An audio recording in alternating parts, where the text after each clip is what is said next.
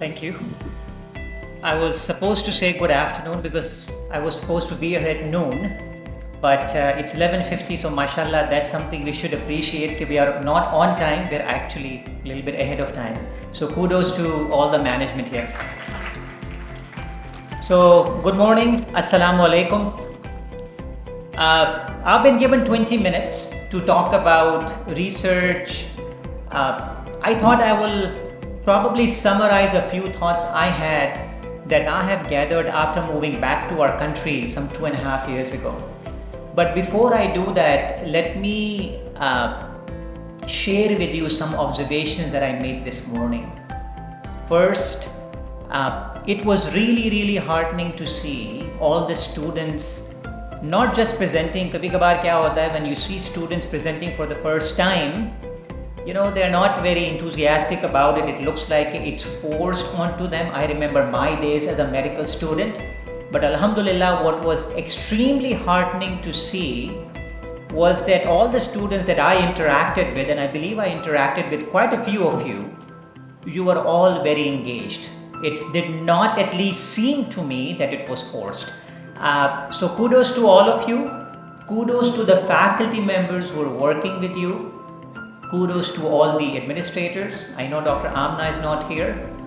Sincere gratitude to Dr. Amna for doing all this work with you, and of course for thinking of me to be here so I could actually see things outside of AKU where I work in my current role.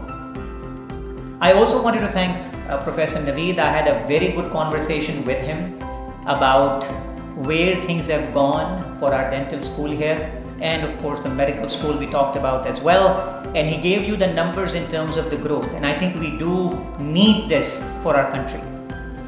So when I was thinking about what to talk about today, I thought that I will not restrict it to research. I'll probably make it a little bit more generic as to what is the need of the day for anybody who is in the field of education, whether you are a faculty member, you are an administrator in the field of education, you are a student. What is it that we need to know? So the first thing that came to my mind was, if you look at the world right now, right, it's a pretty rough world. So we are coming off of a very major pandemic, something that you don't see in 100 years, right? We had the last pandemic in 1920, where the world had, I believe, 2 billion people, and by some estimates, there are no good numbers, 40 to 50 million people died. Now we are, of course, 8 billion, and quite a few people died from COVID as well. Of course, we have a lot of wars going on right now. We have the war in Gaza, right? There is a war that's happening in Ukraine. We, of course, went through a war in the month of May. If you look at the world, a lot of countries are moving more and more towards the right side. I was just having a conversation with Dr. Rizwan Azmi, one of my teachers actually from my days at AKU. So you see where the world is moving. If you look at our country, just in the last 3 to 4 years, we had our fair share of climate related disasters, right? Our floods dekh le 2022 ke what happened last month in the northern areas, right? GB mein jo hua, KP mein jo hua. And every day, every other day, you hear something that is very painful, right? So, kya life hamesha aisi thi? Actually, if you look at 1920s, life was very similar. There was a major pandemic that had happened, the flu pandemic, right? There were problems in Russia, there were issues with the Turkish Empire. We did not know that we were very close to a second world war. There was a big financial crisis that was going to hit us in 1930. There was Great Depression. And then we know what happened with Hitler and everything else, right? So what I'm trying to tell you is that it looks very depressing right now with this polycrisis situation. But it was always like this. It always feels much worse when we are going through something. So just take a deep breath and do what you need to do. So there are two questions that I asked myself, and again, what I will talk about in the next 10 minutes is probably a collation of some of the thoughts I had in the last 2-3 years that I have moved back to our country. So the first question I asked was that why universities exist and why research is important.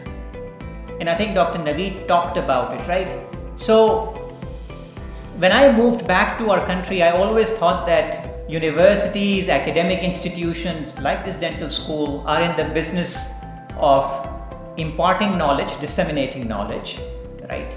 Preserving knowledge, and as much as they can, create knowledge, which is what you all are doing, right? Create knowledge, disseminate knowledge, preserve knowledge. What I have come to learn in the last 2-3 years, and I think this is me realizing it, it's not that this is only happening for the last 2-3 years, is that what academic institutions do in a country is create hope. सबसे important aspect जो academia का होता है, that is they create hope. Whether that is hope for you to find a profession that makes you earn a good living, whether it is creating hope for patients you are treating, whether it is hope that is created by you creating new knowledge that you may not see the impact today, but inshallah in the next 10-20 years, some of you will basically see the impact of the work you're doing. So keep that in your mind, that the reason academic entities exist in any country is that they create hope. It's not only knowledge related, it's also creating hope. And I think I would echo the words that were just said, that we have to create hope in our country as well. And there is a lot to be proud of, and there is a lot of hope that can be created. And I just gave you some examples. World was not very different in 1920s compared to what it is right now. So, to summarize, I think universities remind us that chaos is not new, but neither is resilience. Universities create resilience, academic entities create resilience in the students, the faculty members, and others who are affiliated with them. They remind us that knowledge outlasts despair. They remind us that the future is not something that we merely inherit, it is something we can shape.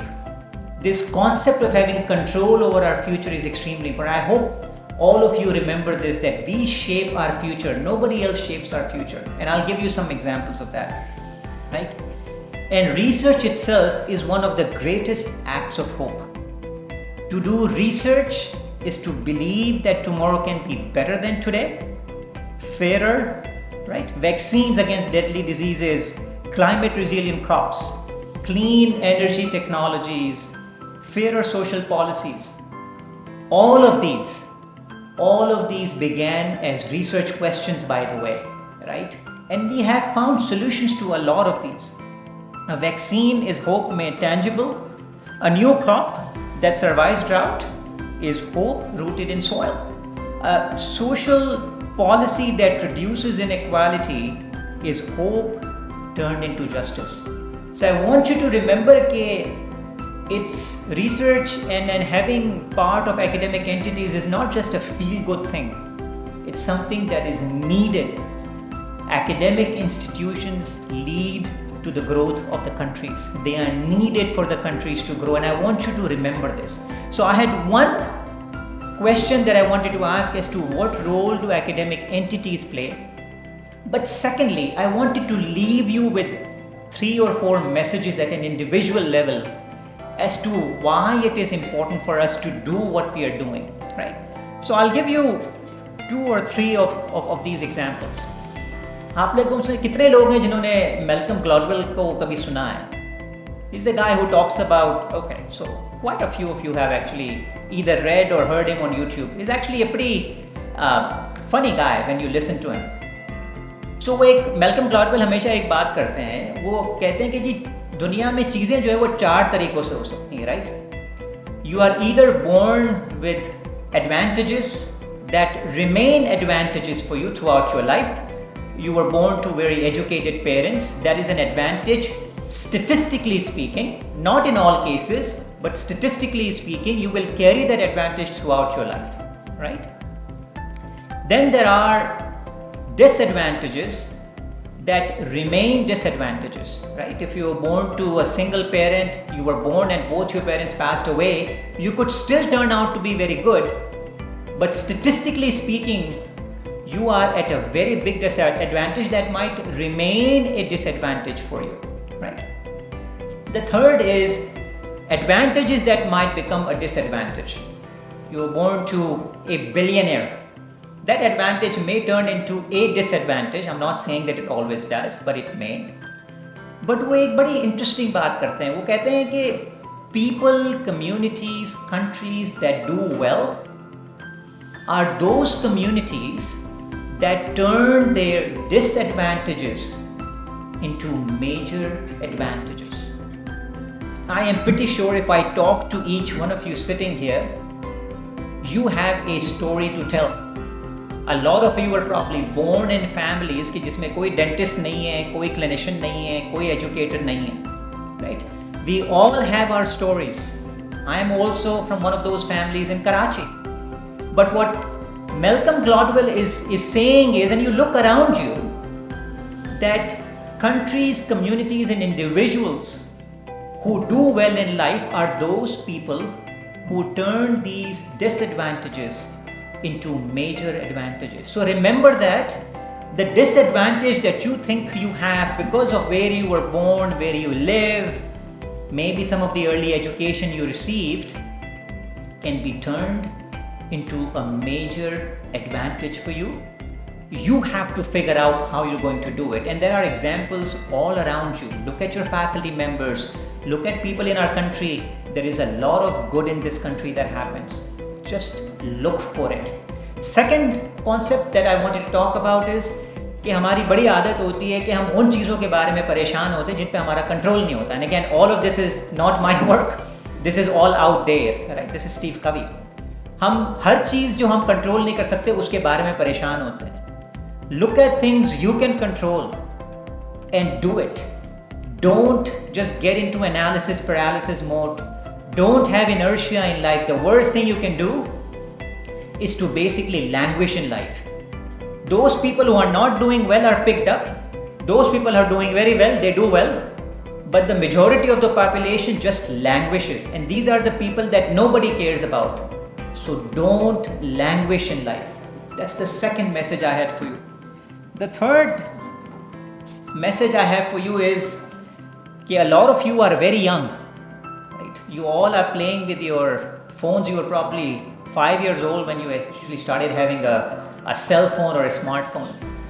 What it does is that it makes you very impatient. Things happen very fast, whether it's access of knowledge, communicating with someone. But understand that success in life doesn't come overnight. It takes persistent effort and time. Right? वो एक saying है that it takes 10 years to be an overnight success. Just think of it. It takes 10 years to be an overnight success. So आप में से जो लोग अपना clinical काम pursue करेंगे, जो लोग educators बनेंगे, जो लोग researchers बनेंगे, remember, you need a lot of hours. So don't expect that things will happen very quickly. Give it some effort before you make a decision that I am not good at it. Give it some time. चौथी चीज़ जो मुझे आपसे personal message आपसे एक share करना था वो ये था कि understand the difference between achievement and meaning in life. What do I mean by that? Achievement in life is extremely important. Earning a good living for your family ताकि आप अच्छी तरह रह सकें, that you're able to pay your bills, have a good quality of life is extremely important. Achievement is important in life. But at some point in your life, start asking the question as to can you do something that adds meaning in your life and in the life of people around you. That's the question that each one of us as a Pakistani needs to ask. These are tough questions. But if we ask these right questions, I am pretty sure that you will find a path So understand that achievement is important, but at some point, ask yourself as to how you can add meaning to people around you, communities around you, to this country, and to the larger region and the world. Ask that question.